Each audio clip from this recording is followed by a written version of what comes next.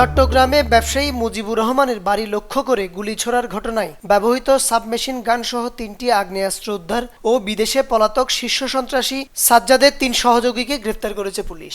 Police বলছে এসব আগ্নেয়াস্ত্রের মধ্যে বিদেশি পিস্তল ও রিভলভার হলো পুলিশের, যা ২০২৪ সালে সিএমপির ২টি থানা থেকে লুট হয়েছিল। মঙ্গলবার রাতে চট্টগ্রাম মেট্রোপলিটন পুলিশের কার্যালয়ে আয়োজিত এক সংবাদ সম্মেলনে এসব তথ্য জানায় পুলিশ আরও জানায়, সাজ্জাদ বাহিনীর সবচেয়ে ভয়ঙ্কর দিকটি উন্মোচিত হয়েছে রিমনের কাছ থেকে উদ্ধার হওয়া একটি ভিডিওর মাধ্যমে। মোহাম্মদ আব্দুল কাইম চৌধুরী ওরফে রিমনকে এই বাহিনীর প্রধান সমন্বয়কারী হিসেবে চিহ্নিত করেছে পুলিশ।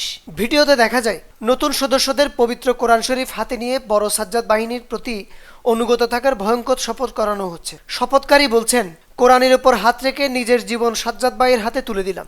সাজ্জাদ ভাইয়ের জন্য মরতে প্রস্তুত, কিন্তু কখনো বেঈমানি করব না। ৩০ পারা কোরআনের উপর হাত রেখে বললাম, আমার জীবন আজকে থেকে সাজ্জাদ ভাইয়ের হাতে তুলে দিলাম। সাজ্জাদ ভাইয়ের জন্য যদি জীবন দিতে হয় জীবন দিব, যদি মরতে হয় মরবো, কিন্তু কখনো সাজ্জাদ ভাইয়ের সাথে বেঈমানি করব না। অতিরিক্ত পুলিশ কমিশনার ও অতিরিক্ত দায়িত্ব ওয়াহিদুল হক চৌধুরী জানান, রিক্রুটমেন্টের ক্ষেত্রে একজন পুরনো বিশ্বস্ত সদস্যকে জামিনদার থাকতে হতো এবং এই শপথের ভিডিও দুবাইয়ে বসে থাকা সাজ্জাদের কাছে পাঠিয়ে সদস্যপদ নিশ্চিত করা হতো।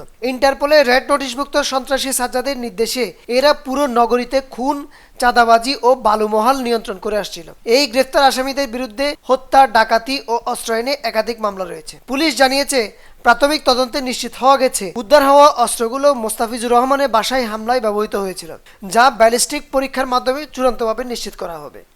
নিউজ ডেস্ক, দৈনিক পূর্বকোণ।